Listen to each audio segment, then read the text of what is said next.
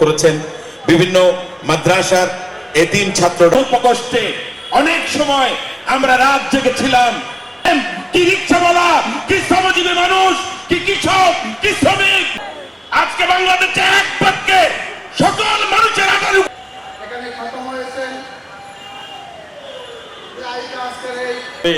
তাদেরকে আল্লাহ তুমি নির্বাচিত করার তৌফিক এনায়েত করে দাও।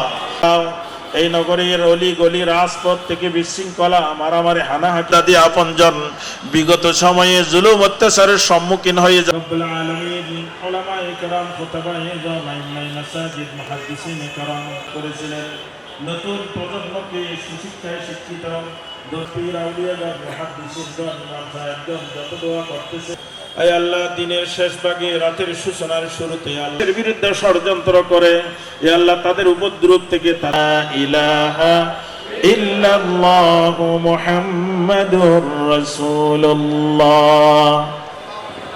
সকলের প্রিয় নেত্রী, প্রাণপ্রিয় নেত্রী, প্রকাশ্য দোয়া করার শক্তি আমাদের ছিল না।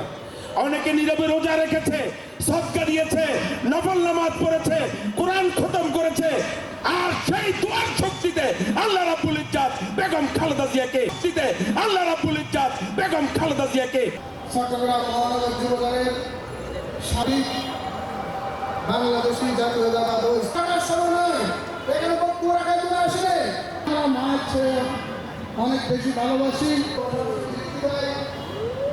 আমাদের মাঝে বিসমিল্লাহির রহমানির রহিম বিভিন্ন ন্যায়ের পক্ষে থাকেন, সেই ন্যায়ের পক্ষে থাকা আপনার সারাদিন কোরআন খতম করেছেন। নেত্রী বেগম খালেদা জিয়া কি আলেম, দোয়ার মাধ্যমে মানুষের তকদির পরিবর্তন